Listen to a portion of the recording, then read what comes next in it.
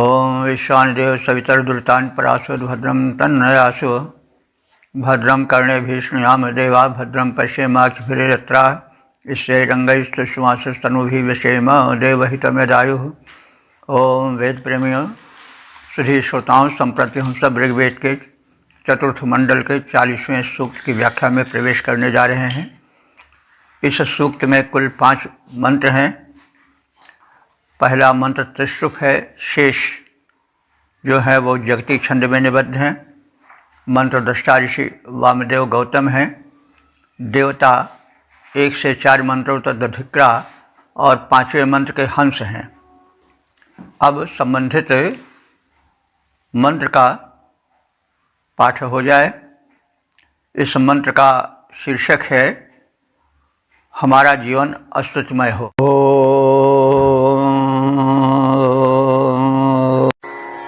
दधिक्राव्ण इदु न चर्किरा भविष्वा इन्मामुषसः सोदयन्त अपामग्नेरुषसः सूर्यस्य बृहस्पतेराङ्गिरसस्य जिष्णोः।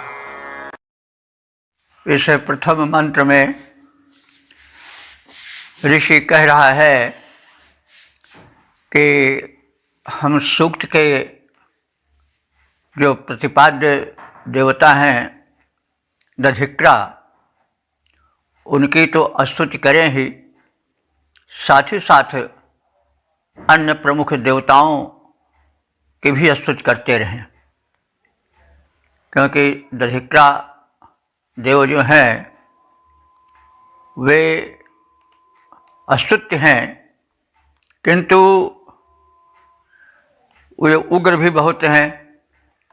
इसलिए अन्य देवताओं की स्तुति भी उनकी उग्रता शमन के लिए होना आवश्यक है। तो इसी संदर्भ में ऋषि कह रहा है कि दधिक्रावणः इत अनु चर्क्रियाम। दधिक्रा अग्निदेव की तो हम बार बार स्तुति करें, किंतु अन्य देवताओं की भी स्तुति करते रहें। एतदर्थ विश्वाः उषसा, संपूर्ण उषाएं जो प्रतिदिन आती रहती हैं वे हमें सुदयंत बने कर्मों में प्रेरित करती रहें। हमारा जीवन कर्मशील बने, स्तुतिमय बने। देखिए, जीवन वही पूर्ण जीवन होता है, सुखी और समृद्ध जीवन होता है, स्तुत्य जीवन होता है, जिसमें कर्म हो, कर्म के साथ स्तुति हो। स्तुति का मतलब हुआ नम्रता हो। कर्म में यदि उग्रता आ जाती है, अहंकार आ जाता है, तो कर्म दूषित हो जाता है।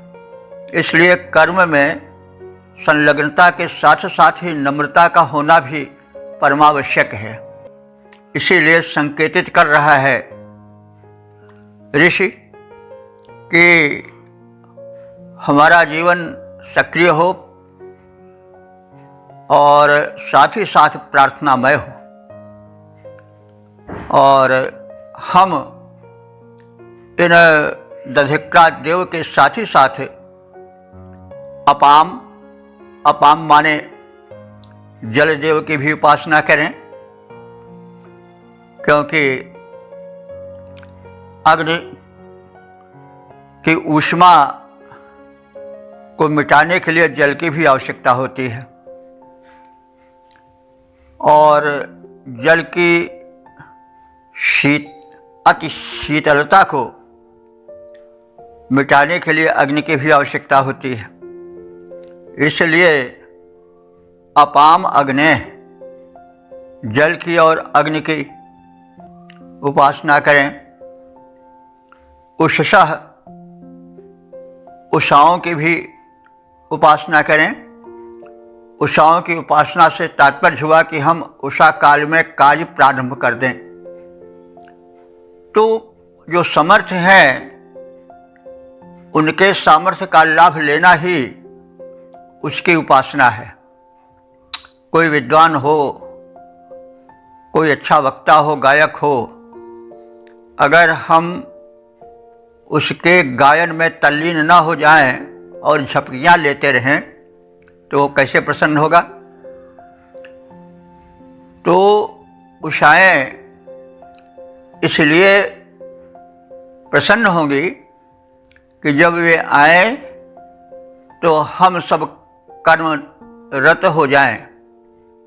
कोई आता है और हम अगर सोते रह जाते हैं, पड़े रह जाते हैं, उसका स्वागत नहीं करते हैं तो वो कैसे प्रसन्न होगा? तो उषाएं कब आती हैं? ब्राह्म मुहूर्त काल में आती हैं, जबकि झुलफुला रहता है। तो उस समय यदि हम खर्राटे खींचते रहें तो उषाएं हम पर कैसे प्रसन्न होगी? नहीं प्रसन्न होंगी तो उनकी कृपाएं हमको कैसे मिलेंगी? यही सब संकेत है कि हम प्रत्येक उषा के आगमन पर उसका स्वागत करें, स्तुति करें और सूर्य देवता की भी उपासना करें। प्रातःकालीन सूर्य दर्शन परम पवित्र माना गया है। सूर्य का वह गोला जिसमें कि किरणें नहीं छिटकी रहती हैं, केवल अरुणिम बिंब रहता है, उसको देखने से नेत्रों को लाभ मिलता है, एकाग्रता बढ़ती है और सूर्य का वह त्राटक बड़ा ही फलदायी होता है। तो इसलिए कहा गया है कि हम उषा काल की या उषा देवी की उपासना करें और प्रातः कालीन रविबिंब की उपासना करें। बृहस्पति देव की उपासना करें जो कि ज्ञान के संरक्षक देवता हैं, उनकी उपासना करें। और जिष्णोः अंगिरसस्य, और वे अंगिरस, वे ऋषि जो कि काम क्रोध लोभ मोह मद आदि पर विजय प्राप्त कर लिए हैं, उनके भी हम स्तुति करते रहें। तो हम दधिक्रा देव की जल, अग्नि, उषा, सूर्य, बृहस्पति और अंगिरस की स्तुतियाँ करें। प्रतिदिन आने वाली उषाएं हमें कर्म की प्रेरणाएं देती रहें, अर्थात हम कर्म करने में संलग्न होते रहें और उषा काल को हम नृत्यादि में न व्यतीत करें, प्रातः जागरणशील बने। पद रूपांतरण है दधिक्रा अग्नि जल सूर्य बृहस्पति की स्तुति करते जाएं, प्रेरणा हमें देती जाएं, प्रति दिवस उषाएं जो आएं। ओम वेद प्रेमियों सुधी श्रोताओं, संप्रति हम सब ऋग्वेद के चतुर्थ मंडल के 40वें सूक्त के दूसरे मंत्र की व्याख्या में प्रवेश करने जा रहे हैं। मंत्र दृष्टा ऋषि वामदेव गौतम, छंद जगती और देवता दधिक्रा है।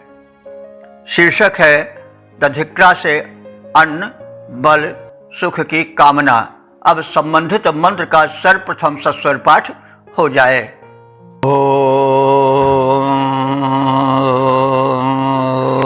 सत्वा भरिशोगविशोदवञ्जसच्छ्रवस्यादिश उषसस्तुरण्यसत सत्योद्रवोद्रवरः पतङ्गरोदधिक्रावेशमोर्जं स्वर्जनत। इस दूसरे मंत्र में प्रथम दधिक्रा देव के वैशिष्ट्य को बताया गया है। तदुपरांत उनसे अन्न धन स्वास्थ्य आदि उपलब्धियों की प्रार्थना की गई। तो दधिक्रा देव के विषय में दधिक्राश्व के देवत्व और उसके वैशिष्ट्य के विषय में पूर्व मंत्रों में बहुत कुछ कहा जा चुका है, उसे अब कहने की आवश्यकता नहीं है। यदि कोई सज्जन न उसे सुन पाए हों तो वे पूर्व के सूक्तों को देख लें। अब हम वर्तमान या इस समय जो व्याख्या के लिए अपने दृश्य पथ में सूक्त और मंत्र ला रहे हैं, उसका शब्दार्थ इस प्रकार से है, जिसमें सर्वप्रथम दधिक्राग्नि देव के वैशिष्ट्य का कथन है। सत्वा भरिशः, वह दधिक्रा देव सत्व माने बलशाली हैं, भरिशः माने भरण पोषण करने वाले हैं, और दुवन्य सत्य भक्तों के बीच में रहने वाले उनके परम हितैषी हैं। तुरण्य सत्य शीघ्रगामी हैं। उषसः, उषा काल में ईशः शवस्यात्, वे हव्यान्न प्राप्ति की कामना करते हैं। देखिए, यह बार बार कहा जाता है और हम कहते भी आ रहे हैं कि यज्ञ से ही देवता प्राणान्वित होते हैं। यज्ञ कर्म जो है वो पुनीत कर्म है। यज्ञ यो तो जितने शुभ कर्म हैं सबके प्रतीक हैं। यज्ञ वैसे समम कर्म, यावत उत्तम कर्म है वो सब यज्ञ ही हैं, चाहे ज्ञान के क्षेत्र में हो चाहे कर्म के क्षेत्र में हो। और एक यज्ञ जो हम लोग विशेष रूप से जानते हैं यज्ञ कहते हुए, जिसकी अवधारणा जिसका स्वरूप सामने आ जाता है, वो है कि हव्याग्नि या हव्य के रूप में अग्नि को आहुति प्रदान करना। तो यह यज्ञ भी परम आवश्यक है, क्योंकि इस यज्ञ से देव शक्तियां पुष्ट होती हैं। देव शक्तियां कौन हैं? ऋग्वेद की पवन है, जल है, अग्नि है, आकाश है, पृथ्वी है, आदि आदि। तो इनको पोषण आहुति से मिलता है। आहुति में औषधीय द्रव्य होते हैं, घृत अन्नादि होता है, उससे जो सुगंध निकलती है, जो आरोग्य शक्ति और वातावरण के परिशोधन की, पर्यावरण के शोधन की जो सूक्ष्म ऊर्जा निकलती है, शक्ति निकलती है, उससे देव शक्तियां पुष्ट होती हैं। तो इसीलिए तो गीता में कहा गया है 3 अध्याय में कि भाई आप यज्ञ करो, यज्ञ से देवता पुष्ट हों और देवता आपको पुष्ट बनावें। और यह जो संयोग है, सहयोग है मानवों का और देवों का बना रहे, इससे जगति का संतुलन बना रहेगा। देव शक्तियाँ अनुकूल रहेंगी और देव शक्तियाँ अनुकूल रहेंगी तो मानवों की वृद्धि और समृद्धि होगी, और मानव वृद्ध समृद्ध ज्ञान समृद्ध होंगे, सूझबूझ के होंगे, यज्ञशील जीवन बनाएंगे तो उससे देव शक्तियाँ पुष्ट होंगी। हम सब देख रहे हैं कि आज हम देव शक्तियों को देख आ रहे हैं। पेट्रोल का गंदा धुआं जो कि पर्यावरण को प्रदूषित कर रहा है और जिसके अनर्थ से हम बार बार परिचित कराए जाते हैं वैज्ञानिकों के द्वारा कि जो है वो जागतिक या पर्यावरणीय जो वातावरण है, जो परिवेश है, वो दूषित होता जा रहा है, ताप बढ़ता जा रहा है। ध्रुव प्रदेशों की जो बर्फें हैं वे पिघलती जा रही हैं, उसका दुष्परिणाम भयंकर होगा, प्रलय तक की अवस्था आ सकती है। फिर भी हम मनमानी कर रहे हैं, यह ज़बरदस्ती है मानव की। हम लोग अधिक से अधिक आहुतियाँ जो देते हैं वो पेट्रोल की जो कि चर्बी से बना हुआ होता है, यानी चर्बी का ही एक रूप जो है वह केरोसिन ऑयल और फिर उसी से बना हुआ ये पेट्रोलियम पदार्थ होता है। कहा जाता है कि पहले जो जीव जंतु बड़े बड़े दब गए थे उनका जो वो अंश था चर्बी वाला, वो अंत में एक प्रक्रिया के अंतर्गत, दैवीय प्रक्रिया के अंतर्गत पेट्रोलियम बन गया और वही कुछ साफ करके जो है वो पेट्रोल आदि डीजल आदि के रूप में आता है। और वो देखिए, जहाँ देखिए वहीं देहात में, शहर में पेट्रोलियम से चलने वाले वाहनों का आधिक्य है और धुआं ही धुआं है। तो कहने का तात्पर्य है हम मंत्र को वर्तमान परिवेश में देखें, क्योंकि मंत्र का अर्थ होता है मननात् त्रायते इति मंत्रः, जो कि चिंतन मनन से कल्याण प्राप्त करे। तो जब अर्थ जानेंगे, उसकी व्याख्या करेंगे और उसका अवबोधन करेंगे, सम्यक ज्ञान प्राप्त करेंगे, तभी तो हम उसका लाभ प्राप्त कर पाएंगे। तो ऋषि जो है वो त्रिकालदर्शी है, वो समझता था कि मनुष्य की दुर्बलताएं उस पर हावी हो जाएंगी और वह पर्यावरण प्रदूषित करता रहेगा। तो इसलिए वो बार बार सावधान कर रहा है कि यज्ञ करो, और इसीलिए हर देवता को यज्ञ प्रेमी बताया जा रहा है। यहाँ जो दधिक्रा देव हैं वो भी चाह रहे हैं कि उषा काल में जो यज्ञ हो उसके लिए उन्हें आहुतियाँ समर्पित की जाएं, ताकि वे अधिक जो है वो सशक्त बन करके मानव के शुभ का चिंतन कर सकें, मानव को कल्याण प्रदान कर सकें। तो इस संदर्भ में अर्थ देखना चाहिए। आहुति प्रदान करो इतने समझने से काम नहीं बनेगा। आहुति प्रदान करने से क्या लाभ होगा और ना प्रदान करने से क्या हानि होगी, इसे भी हम भली भांति समझते चलें, तभी मंत्र का जो मंतव्य है वह पूर्ण रूप से सुस्पष्ट हो पावेगा। तो इसीलिए कहा जा रहा है कि जो ये दधिक्रा देव है, ये उषसः माने उषा कालीन जो यज्ञ होता है उसमें ईशः श्रवस्यात्, इस माने अन्न, अन्न की आहुति की इच्छा करते हैं, यानी यज्ञीय जीवन बिताओ और उनके नाम से आहुति डालो, ऐसी उनकी भी इच्छा है। द्रवः, और वे स्वयं वेगवान बन जाते हैं आहुतियाँ पा करके।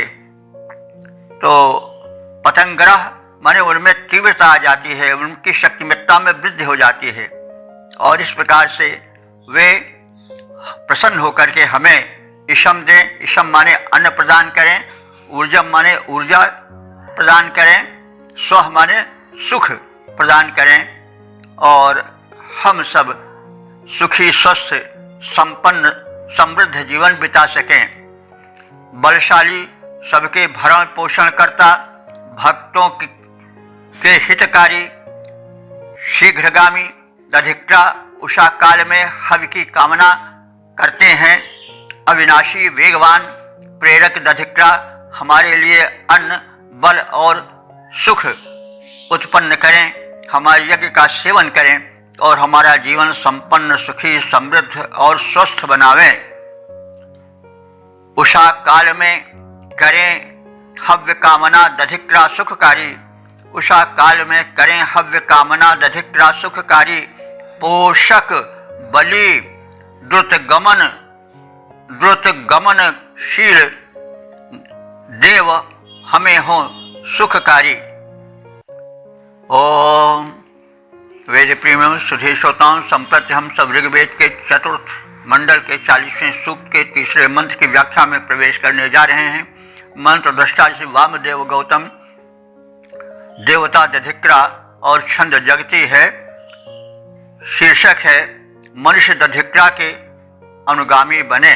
अब संबंधित मंत्र का सर्वप्रथम जो है वो सस्वर पाठ हो जाए।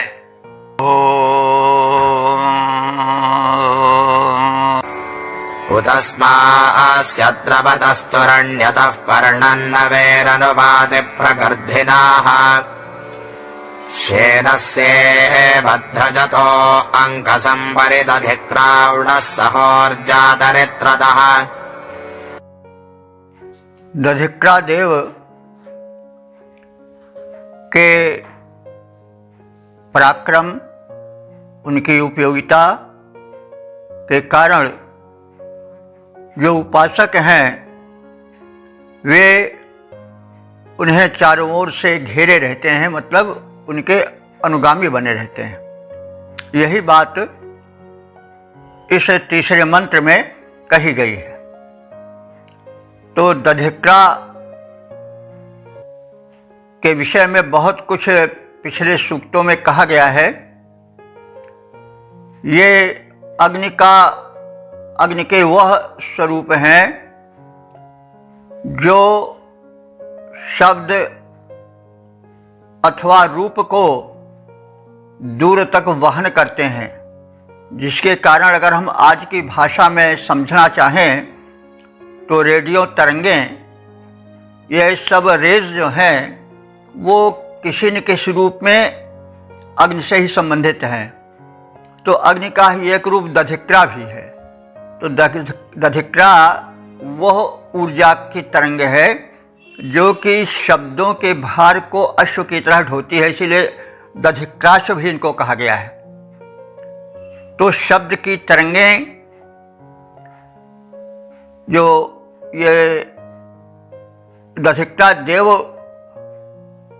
का करंट है, जो उनकी तरंगें हैं, उसी पर सवारी करके शब्द और रूप बड़ी दूर तक चले जाते हैं। जैसे तीव्रगामी अश्व के पीठ पर बैठा हुआ घुड़सवार बहुत जल्दी किसी अपने स्थान पर पहुंच जाता है, उसी प्रकार से दधिक्रा देव की जो अग्निगत ऊर्जा के एक प्रारूप हैं, उनकी तरंगों पर सवार होकर के शब्द और रूप बड़ी दूर तक पहुंच जाते हैं। यह वैज्ञानिक विषय है जिसके विषय में बहुत कुछ पिछले सूक्तों में कहा गया है। तो इसलिए हम इसको संकेत मात्र ही में कह रहे हैं। तो यह इनकी उपयोगिता है। तो जिसकी जितनी उपयोगिता होती है उसके पास पहुंचने वाले उतने ही संख्या के लोग होते हैं। तो दधिक्रा देव की उपयोगिता और मानव हित में क्रियाशीलता इतनी अधिक है कि उपासक गण यानी शोधकर्ता लोग उन्हें घेरे रहते हैं, उनकी रेज को तरह तरह से मानव हित में प्रयोग करते हैं। जितनी रेज हैं, किरणें हैं, वो सब दधिक्रा देव से ही संबंधित मानी जा सकती हैं। एक्सरे होता है और सब अल्फा बीटा सब क्या क्या रेज होती हैं, वो सब इन्हीं दधिक्रा देव से संबंधित हैं। और इनकी उपयोगिता के कारण जो ज्ञानी जन हैं वे इन्हें घेरे रहते हैं, क्योंकि इनसे बड़ी ही उपलब्धियां होती हैं। जितनी संचार व्यवस्था है वो इन्हीं दधिक्रा देव की ऊर्जा तरंगों से संबंधित है। तो इसको बड़े सीधे साधे शब्दों में चाहें तो हम कह सकते हैं कि ऊर्जा की वे किरणें जो दधिक्रा देव की उपस्थिति के कारण हैं, जिनकी की सर्वत्र सर्वाधिक उपयोगिताएं हैं, उसको ध्यान में रख करके जो शोधकर्ता वैज्ञानिक और मानव हैं वे इन्हें घेरे रहते हैं। कहने का मतलब इनकी उपयोगिता के कारण इनकी उपासना किया करते हैं, इनसे जुड़े रहते हैं, ये कहें। तो इसलिए ये बड़े उपयोगी हैं। इसी उपयोगिता के संदर्भ में बात कही जा रही है कि शेनस्य इव ध्वजतः, शेन कहते हैं बाज पक्षी को, गरुड़ पक्षी को। यह बड़ा वेगगामी होता है, इसका वेग बड़ा तीव्र होता है। तो जो दधिक्रा देव है, इनका भी वेग बड़ा, इनका भी करंट बहुत जल्दी पहुंच जाता है चारों ओर।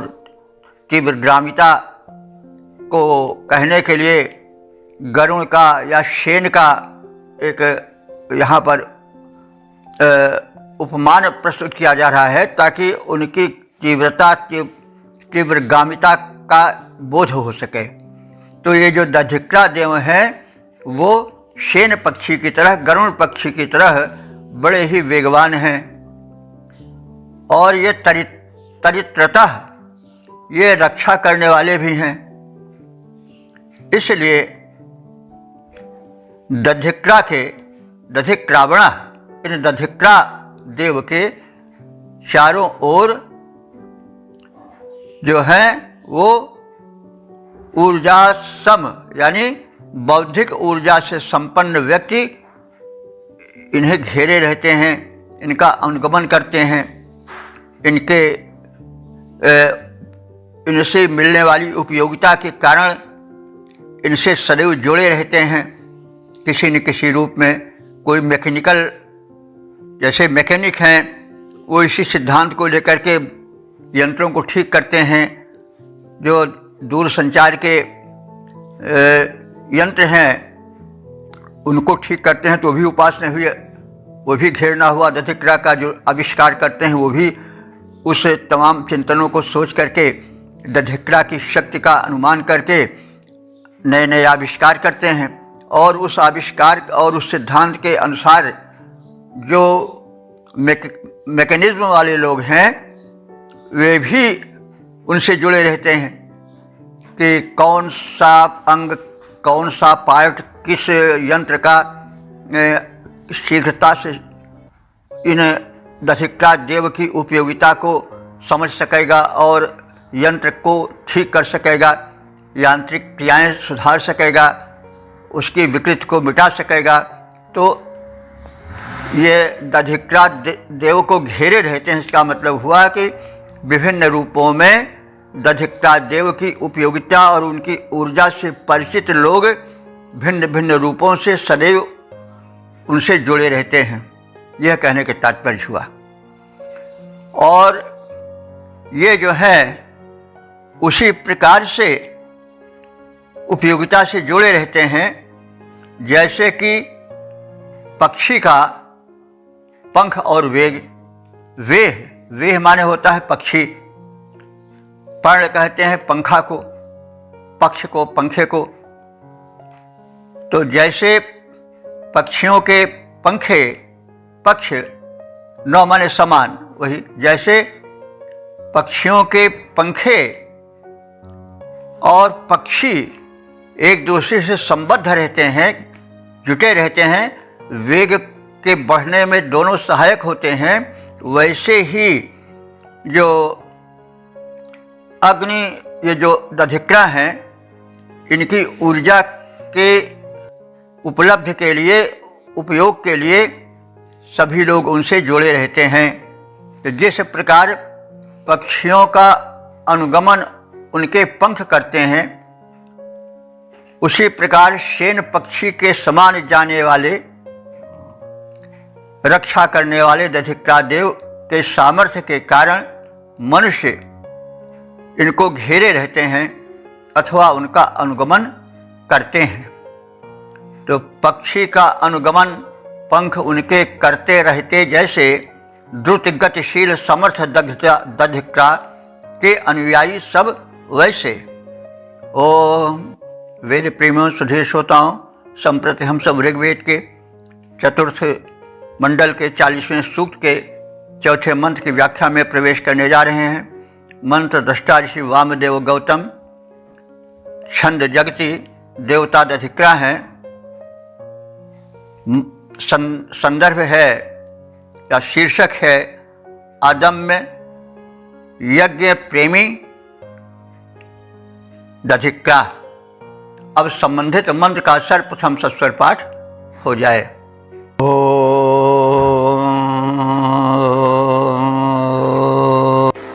उतस्य भाजे क्षिपणिन्दुरण्यतिग्रीवायाम् बद्धो अपि कक्ष आसने क्रतुम् दधिग्रा अनुसन्दवे यत्पथामङ्कांस्यन्वापने फणत।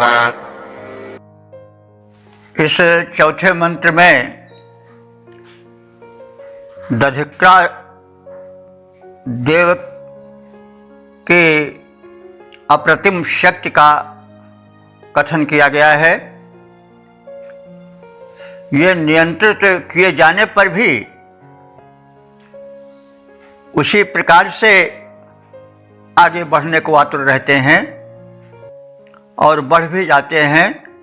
जैसे अश्व को अश्ववार जो है, घुड़सवार जो है, वो लगाम से संभालता है, लेकिन फिर भी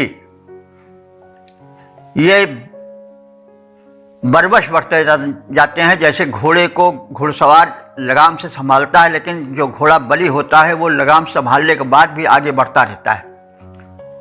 यह मुहजोर तुरंग है, खींचत हु चल जाए।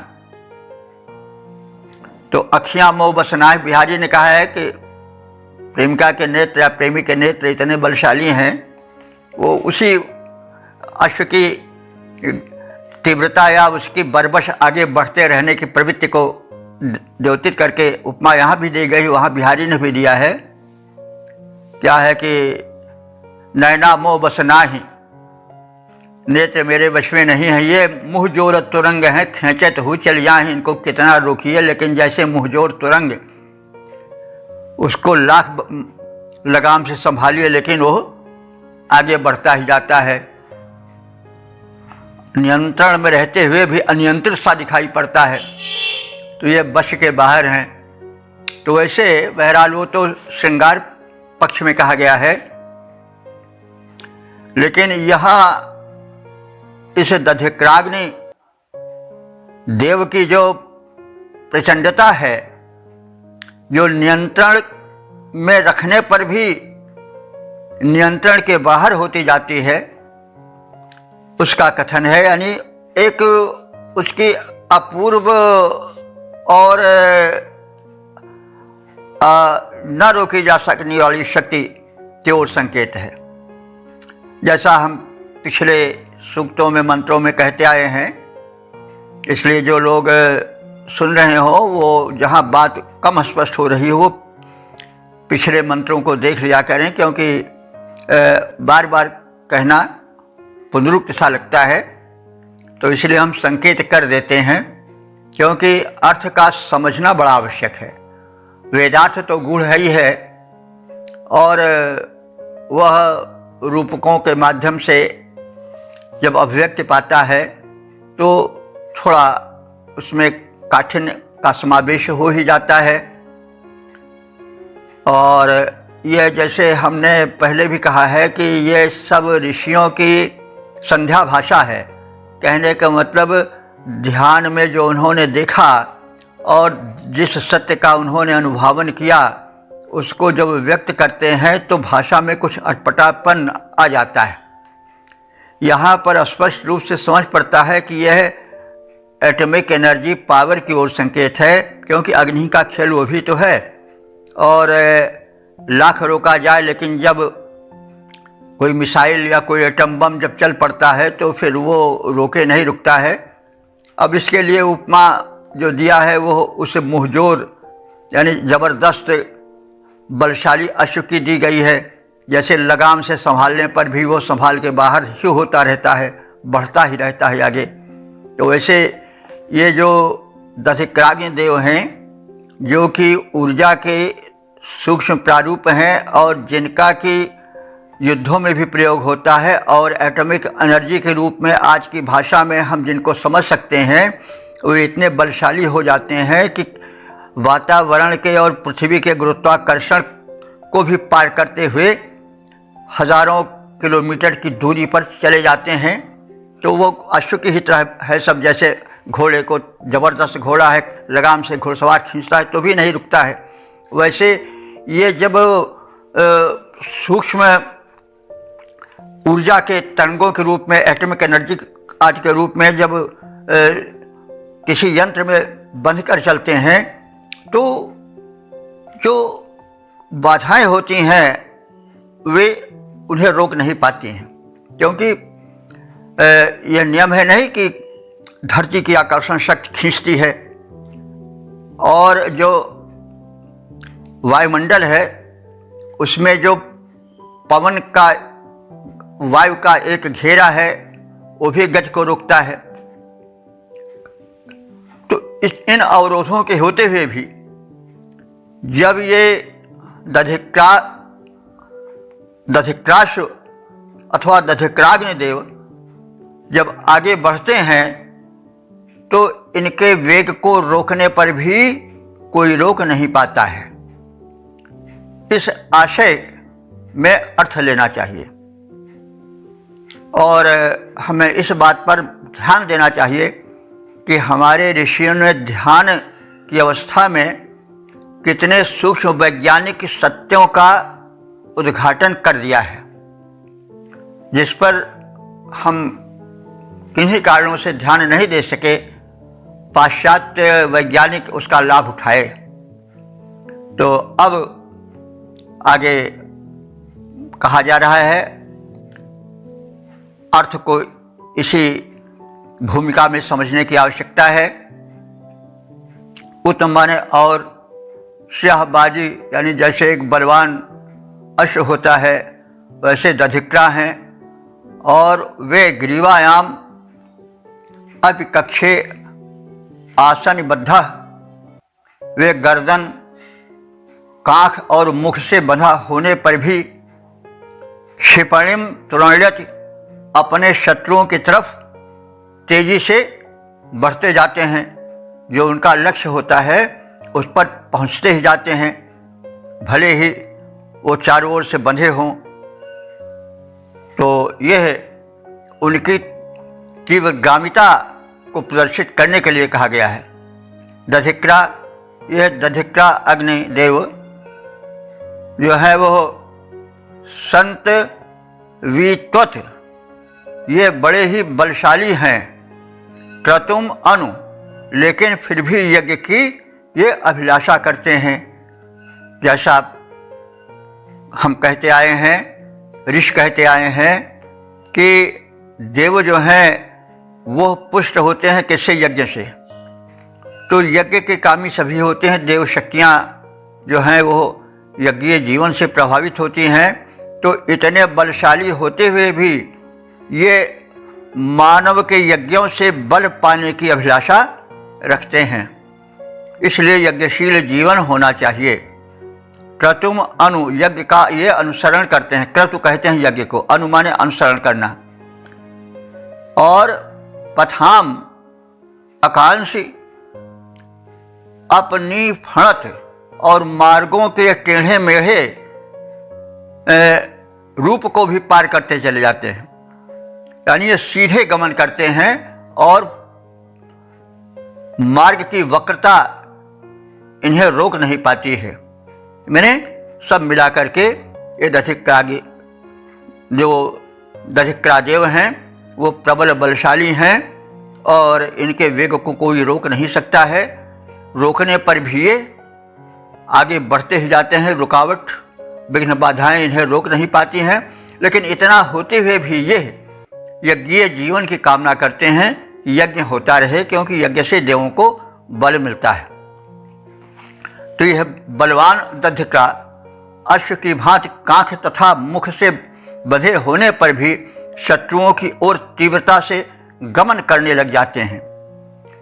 यह शक्तिशाली होने के कारण यज्ञों का अनुगमन करके कुटिल पथ को भी पार कर जाते हैं। ये कुटिल रास्ते का टेढ़ा मेढ़ापन इनको बाधित नहीं कर पाता है, रोक नहीं पाता है। लेकिन इतना होते हुए भी यज्ञ की कामना ये करते हैं कि यज्ञशील जीवन मनुष्य का ये उससे ये प्रेरणा प्राप्त करते रहें, शक्ति प्राप्त करते रहें। इसलिए ये मानवकृत यज्ञों की भी कामना करते हैं, यद्यपि इतने बलशाली हैं तो भी। तो बलि दधिका अश्व नियंत्रित ज्यों अरि पर चढ़ जाता है, यज्ञों का प्रेमी यह टेढ़े पथ पर भी बढ़ जाता है। ओम वेद प्रेमियों, सुधीर श्रोताओं, संप्रति हम सब ऋग्वेद के चतुर्थ मंडल के 40वें सूक्त के 5वें मंत्र की व्याख्या में प्रवेश करने जा रहे हैं। मंत्र दृष्टा से वामदेव गौतम, छंद जगति और देवता हंस हैं। तो हंस तत्व की व्याख्या यह शीर्षक है। अब संबंधित मंत्र का सर्वप्रथम सस्वर पाठ हो जाए।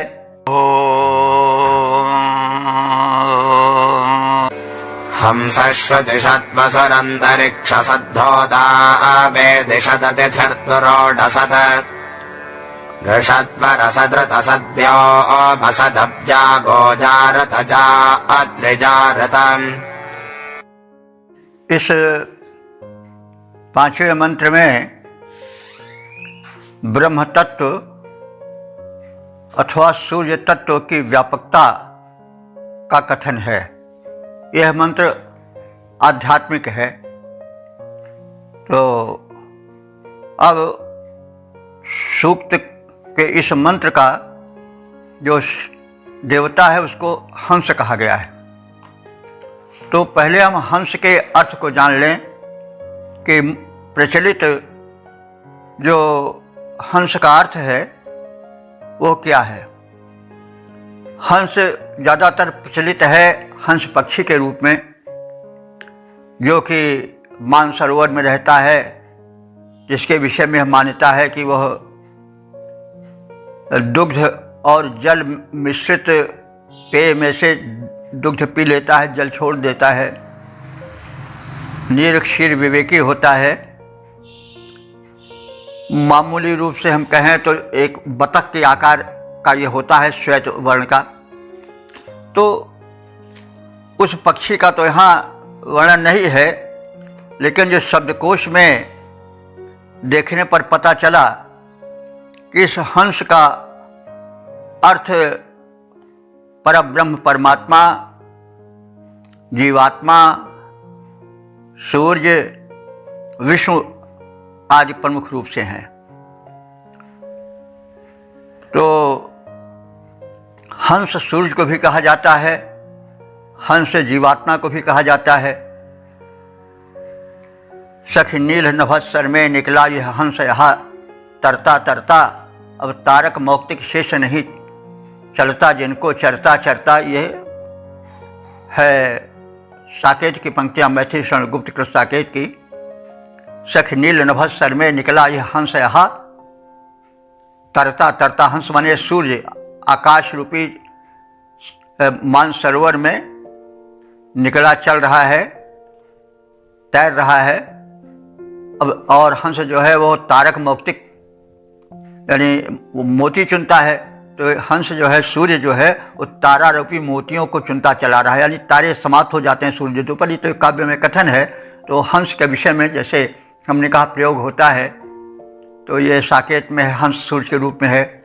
सख नील नभस्सर में निकला यह हंस यहाँ तरता तरता, अब तारक मौक्तिक शेष नहीं चलता, जिनको चरता चरता। और हंस जीवात्मा के रूप में भी कहा गया है। हंस जब जब उड़ा तब अकेला उड़ा, धनपति के कमर में न ढेला जुड़ा। तो हंसा चल वही देश। तो हंस आत्मा को, जीवात्मा को भी कहा जाता है, हंस सूर्य को भी कहा जाता है, हंस परब्रह्म परमात्मा को भी कहा जाता है। तो इस तरह से हंस के विषय में हमने जाना कि यह कई अर्थों में प्रयुक्त होता है। यहाँ पर विशेष करके सूर्य और परब्रह्म के रूप में हम इसका चित्रण करेंगे और इसी संदर्भ में मंत्र का अर्थ करेंगे। तो हंसः, यह सूर्य अथवा परब्रह्म परमात्मा। अच्छा देखिए, यह जो ब्रह्म है, ब्रह्म का अर्थ ही विस्तार होता है, और परब्रह्म माने जिसका विस्तार अनंत हो। तो सर्वं खल्विदं ब्रह्म कहा गया नहीं, ये सब कुछ ब्रह्म ही है। जितना हम जो कुछ देख रहे हैं वो सब ब्रह्म के अतिरिक्त कुछ नहीं है, क्योंकि एक की अव्यक्त अनेक रूप में होती ही है। शरीर है या कोई वृक्ष है या कुछ है, तो उसमें एक ही चीज़ थोड़े होती है, तमाम चीज़ें जुड़ी होती हैं। वृक्ष है तो उसमें जड़ भी है, तना भी है, डालें भी हैं, शाखाएं भी हैं, पल्लव भी हैं, पत्तियां भी हैं, फल हैं, फूल भी हैं, शरीर है, तो उसमें आत्मा भी है, उसी में परमात्मा भी है, उसी में हाथ पैर नख और सब अंग प्रत्यंग न जाने और सब कितने वस्तुएं भरी हुई हैं, रक्त मांस मेद आदि। तो लेकिन सब मिला करके हैं तो शरीर ही। वैसे है जो अभिव्यक्ति है सारी, वह है परमात्मा रूपी, उसी की अभिव्यक्ति भिन्न भिन्न रूपों में हुई है। इसीलिए जब ज्ञान अपने उच्च स्तर पर पहुंचता है तो उस समय फिर दो नहीं दिखाई पड़ता है, तत्र वहीं पर एक ही। फिर उसमें तत्र कह शोकः कह मोह को मोह एकत्वमनुपश्यता। फिर जब हम सब एक ही देखने लगते हैं तो फिर कहाँ शोक और कहाँ मोह रह जाता है। यह जो है अद्वैत का जो है वो लक्षण है। जब ज्ञान अपने परिपक्वावस्था पर पड़ जाता है तो द्वैत का विनाश हो जाता है। सर्वम खल इदम ब्रह्म। और फिर मैं जिसे देखूं तित तू, जिधर देखता हूँ उधर तू तू है, मैं उसमें विलीन हो जाता है। फिर तत्र को मोह कह शोकः एकत्व अनुपश्यता। तो जब हम ज्ञान की चरम या उसके परिपक्वावस्था पर पहुंच जाते हैं तो फिर हमको सब एक ही वस्तु दिखाई पड़ती है। द्वितीय यानी जो द्वैत भाव है, दुख का कारण द्वैत भाव है। हम कुछ को अपना कुछ को पराया समझ लेते हैं, तो इसी में हम फंसे रहते हैं, मोह में, माया में, द्वेष में, ईर्ष्या में, संघर्षों में। तो जब एक देख लेते हैं तो फिर कोई शिकायत शिकवा रहती ही नहीं। तो कहने का यह मतलब है कि यह आत्मा और आत्मबोध का संकेत इस मंत्र में है। और सूर्य का भी संकेत है, क्योंकि सूर्य भी सूर्य जगतः आत्मा, सूर्य जो है संसार की आत्मा है। यानी यह हमारा भूमंडल विशेष रूप से सूर्य ही का अनुदान है और सूर्य ही का एक खंड पृथ्वी भी है। तो पृथ्वी भी सूर्य का एक अंश कभी थी, ऐसा विद्वानों का, वैज्ञानिकों का कथन है। तो वो भी सूर्य ही है और वो सूर्य का चक्कर लगाती है, तो जिसकी हम परिक्रमा करते हैं वो पूज्य होता है नहीं। तो धरती का पूज्य या उसका आधार सूर्य है, तो वह जगतः आत्मा सूर्य, सूर्य तो संसार की आत्मा है। तो इस रूप में, सूर्य रूप में भी यह मंत्र दिखाई देता है। और वास्तव में देखें तो सूर्य ही सब कुछ है। जितने उपासना पद्धतियां हैं सनातन में, वे सब सूर्य पर ही हैं। जो आदित्य मंडल है जिसमें 12 आदित्य हैं, सविता और सूर्य और वरुण, मित्र आदि देवता, ये सब तो आदित्य ही के अंश हैं। इसके मतलब विष्णु भी आदित्य मंडल में आते हैं और ये सब सूर्य ही हैं। विष्णु का अर्थ होता है व्यापक। तो व्यापक कौन है? उनका एक 3 चरणों का रखना, जिससे बलि कौर से उन्होंने सारी धरती ले ली, वो वास्तव में सूर्य का ही रूप है। सूर्य सर्वव्यापक है। विश्व माने होता है व्यापक होना। सूर्य जितने नीचे हैं उतने ऊपर भी किरणें उनकी फेंकी जाती हैं, चारों ओर उनकी किरणें हैं। तो नीचे ऊपर सर्वत्र वो व्याप्त हैं और किन्हीं न किन्हीं रूपों में वो सर्वत्र व्याप्त हैं। सूर्य जो है वो आकाश में तो व्याप्त ही हैं, अंतरिक्ष भी उनसे भरा हुआ है, उनकी किरणें सर्वत्र हैं। इसके अतिरिक्त सूर्य हमारे नेत्रों में प्रकाश बनकर, अग्नि बनकर के हैं। अग्नि का मतलब हुआ उन्हीं का तत्व है, सूर्य का ही तत्व है प्रकाश। तो हमारे आँख में सूर्य या अग्नि एक ही हैं, उन्हीं का तत्व है, तभी तो प्रकाश है। और प्रकाश ही में नेत्र देख पाते हैं, अंधकार में नहीं, क्योंकि वे सूर्य से निकले हुए हैं, वे प्रकाश से निकले, अग्नि से निकले हुए हैं। सूर्य अग्नि सब एक ही हैं, विद्युत ये सब एक ही हैं, कई बार कहा जा चुका है। तो कहने का मतलब सूर्य हमारे शरीर में भी व्याप्त हैं, ऊष्मा बन करके और नेत्रों में ज्योति बन करके, शरीर में चमक बन करके, प्रकाश बन करके, तो वो हमारे शरीर में भी हैं। हम अग्नि कहते हैं तो सूर्य माने अग्नि जो है वह सूर्य ही का रूप तो है। तो हमारे जो घर में दीपक बन करके रसोई में जो है वो भोजन बनाने के रूप में लपट बन करके, अग्नि बन करके, सूर्य ही तो है, उन्हीं का अंश तो अग्नि है। और अंतरिक्ष में विद्युत बन करके, बिजली बन करके वो चमक रहे हैं, विश्व में सहायक हो रहे हैं, तो ये सब सूर्य ही तो हैं। और अंत में सूर्य का ही विकास हुआ। विष्णु सूर्य ही का एक रूप है। द्वादश आदित्यों में विष्णु भी एक आदित्य हैं, व्यापक हैं, तो सूर्य सर्वव्यापक, सारे देवताओं से अधिक व्यापकता सूर्य में है।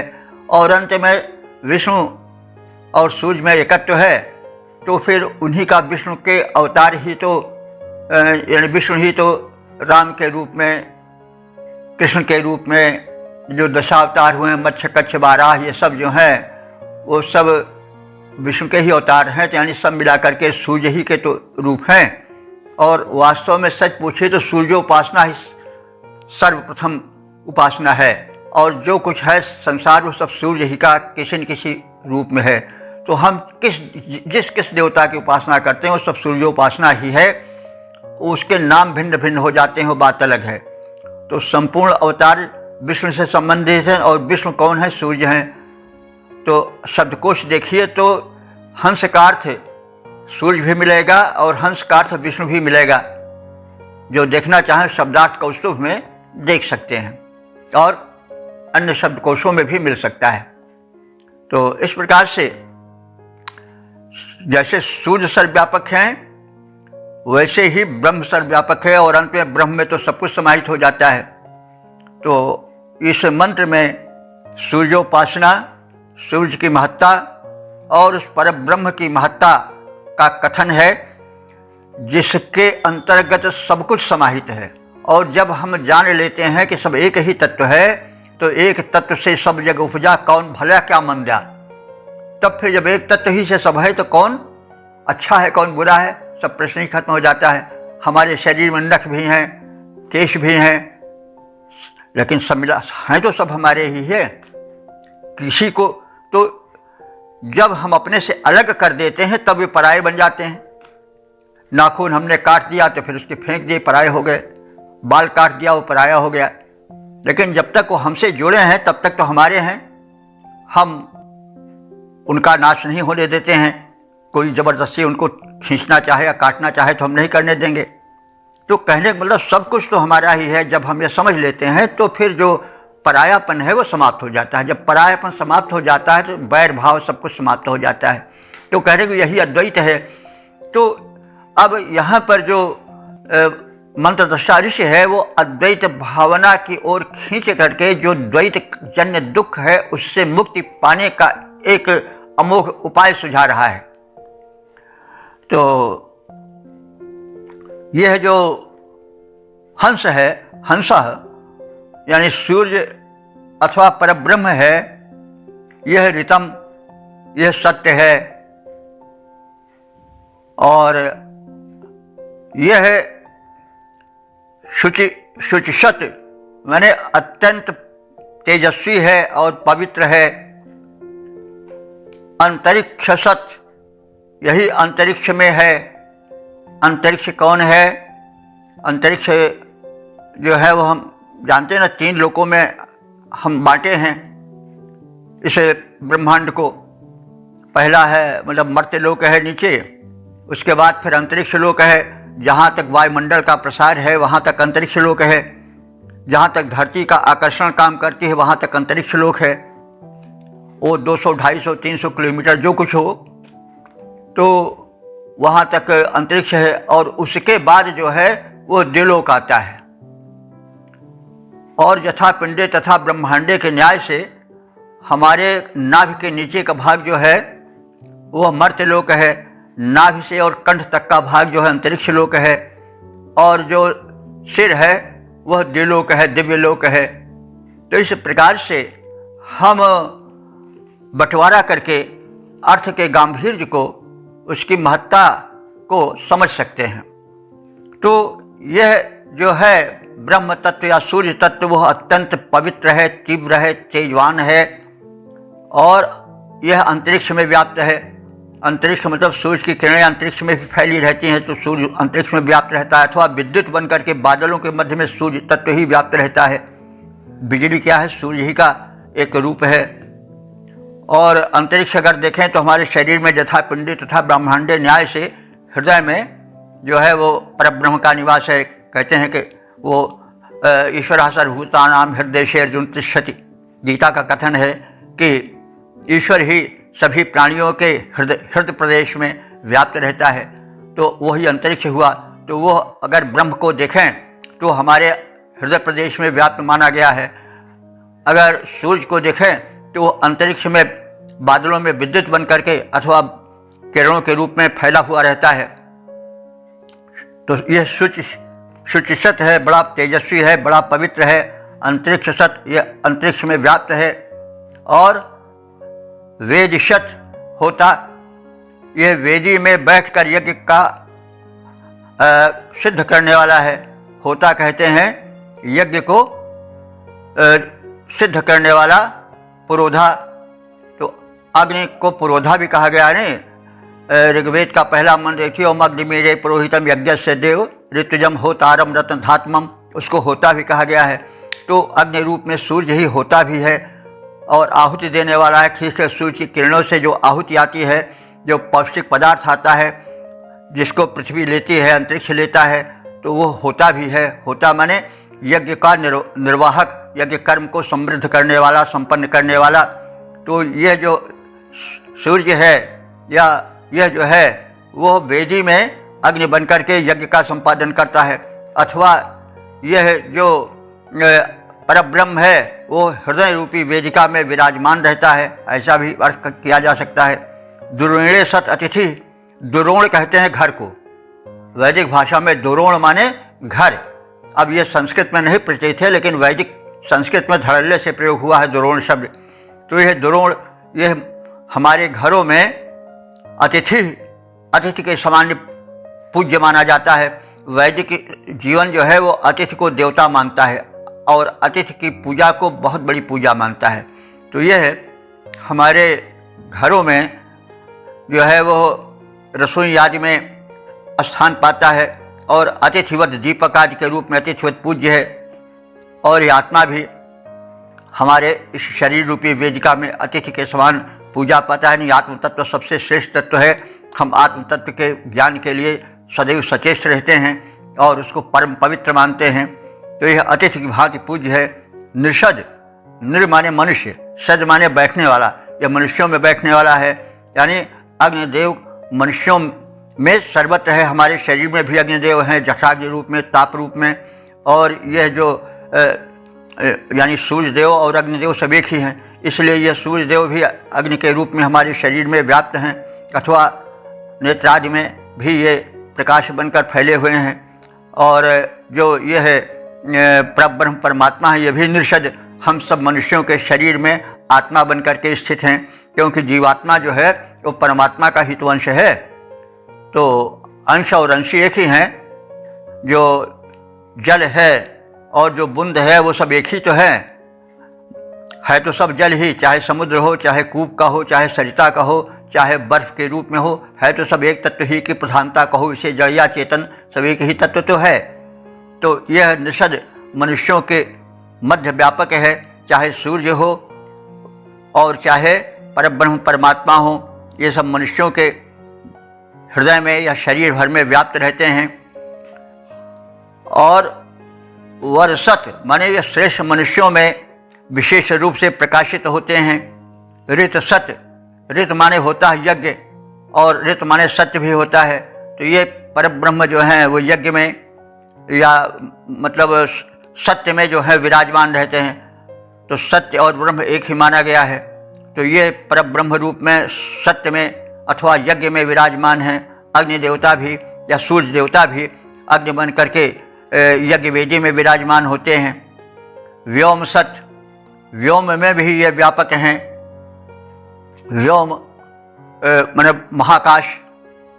तो हमारे ब्रह्मांड में भी, यानी सिर को भी ब्रह्मांड कहा जाता है, तो ब्रह्मांड में भी ये सूर्यदेव हैं। ये मतलब तत्व तो है ही है सूर्य का, साथ साथ पर ब्रह्म भी हमारे ब्रह्मांड में निवास करते हैं। तो ये दोनों तत्व सामान्य रूप से इस पिंड में भी और ब्रह्मांड में भी व्याप्त हैं। और ये गोजाह, गो कहते हैं इंद्रिय को, जो हमारे संचरणशील, ये वाणी में, ये हमारे वाणी में, हमारे बोलने वाली इंद्रिय में भी सक्रिय हैं और ये वाणी के माध्यम से जाने की चेष्टा में सदैव रहते हैं। यानी वाणी के माध्यम से हम ब्रह्म तत्व की व्याख्या करने की चेष्टा करते हैं। भले वाणी में उस परम ब्रह्म की महत्ता के बोध होने पर कहने में कुछ अटपटापन आ जाए, लेकिन अंत में वाणी के द्वारा मनुष्य उस परम शक्ति की व्याख्या करने की चेष्टा करता है। हालांकि बात अलग हो, गूंगा केरी सरकरा खावे और मुस्काए, हालांकि ब्रह्मानुभूति होती है तो वो गूंगे की शर्करा की बात हो जाती है। जैसे गूंगा शक्कर खाए खूब प्रसन्न हो जाए लेकिन कह न पावे, लेकिन फिर भी वाणी से कुछ न कुछ वाएँ वाएँ करता ही है, अपनी प्रसन्नता व्यक्त करता ही है। तो गोजा माने ये विद्वानों की, ज्ञानियों की, आत्मज्ञानियों की, गो माने इंद्रिय, माने वाग इंद्रिय के द्वारा अभिव्यक्ति किए जाने वाले हैं और जाने जाने वाले हैं। तो ऋतजा, यह जो सूर्यदेव अथवा जो परब्रह्म परमात्मा है, परमात्मा देव हैं, ऋत माने सत्य से उत्पन्न होने वाले हैं अथवा यज्ञों में रहने वाले हैं। अद्रजाह, अद्र कहते हैं पर्वत को, लेकिन अद्र कहते हैं मेघ को भी। ये मेघों में भी रहते हैं विद्युत रूप में और हमारे हृदय में परब्रह्म रूप में। ये जो हमारे शरीर के विभिन्न भाग हैं नतोन्नत रूप में, वो अद्र ही हैं। ब्रह्मांड को अगर हम हमारे कपाल प्रदेश को देखें तो यह शरीर का उच्च स्थल है, यह पर्वत की चोटी है। तो मतलब शरीर के भी हमारे ब्रह्मांड में यह ब्रह्म शक्ति एक तीव्र तेज बन करके, प्रज्ञा बन करके विराजमान है और सूर्य जो है वो मेघों में विद्युत बनकर विराजमान है। इस प्रकार से ऋषि ने चेष्टा की है कि हंस की, सूर्य की और परब्रह्म परमात्मा की ही व्याप्ति सर्वत्र है, इनकी महत्ता सर्वोत्कृष्ट है, इसलिए इनकी महत्ता का अनुभावन करके इनसे जुड़े रहना चाहिए। सूर्य से हम जुड़े रहेंगे तो हमें सब कुछ मिलेगा, स्वास्थ्य मिलेगा, प्रकाश मिलेगा। तो अगर सूर्य न रहें तो अंधकार में सब हो जाएगा। अग्नि भी सूर्य के, दीपक भी सूर्य ही का रूप है और तेज भी सूर्य का रूप है। इसी प्रकार से परब्रह्म से हम जब जुड़े रहते हैं परमात्मा से, तो हमें माया मोह जो सांसारिक क्लेश होते हैं अज्ञानता के कारण, वे नहीं हो पाएंगे, क्योंकि अज्ञानता जो है वही हमें कष्ट देती है और हम जब तत्व नहीं समझ पाते हैं तभी हमको कष्ट होता है। तत्व को मोहा कहा शोका है एकत्व मन पश्यता, जो देख लेता है सब एक ही तत्व से विकसित हुआ है तो फिर उसको शोक और मोह नहीं रह जाता है।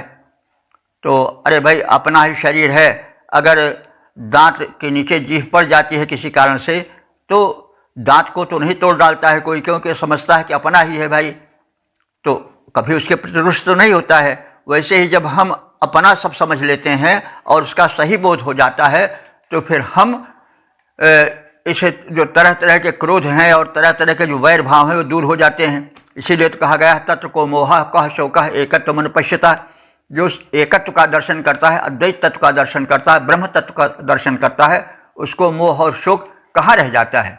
यह तो द्वैत भाव से उत्पन्न होता है। तो इस तरह से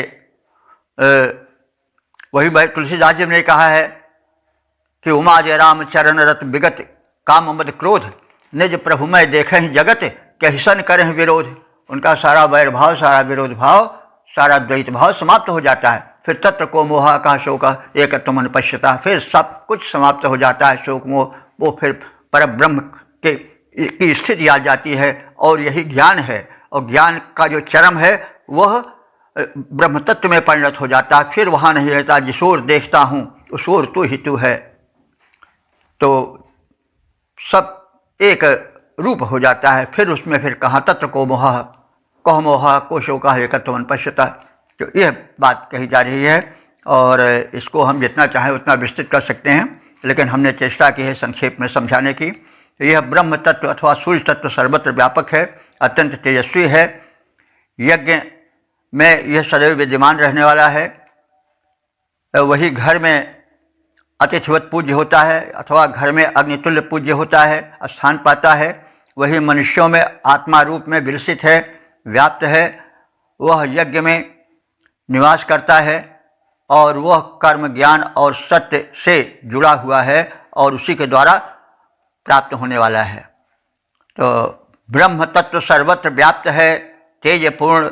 वह छवि पाता, घर में अतिथि, मनुज में आत्मा, रूप में वही दिखलाता, वही यज्ञ में विद्यमान है। वास निरंतर है पाता, कर्म ज्ञान से और सत्य से ब्रह्म तत्व जाना जाता। इस प्रकार से हमने संक्षेप में व्याख्या की है, जानने की चेष्टा की है। अध्यात्म है, उसके प्रकट करने में स्वाभाविक है कि कुछ अटपटापन आ जाता है, क्योंकि वो तो वही है कि गूंगे केरी सरकरा खावे और मुस्काए। जब ब्रह्म तत्व का भावन हो लगता है तो केवल आनंद की एक अनुभूति होती है, उसको ज्यों का त्यों प्रकटीकरण कठिन हो जाता है।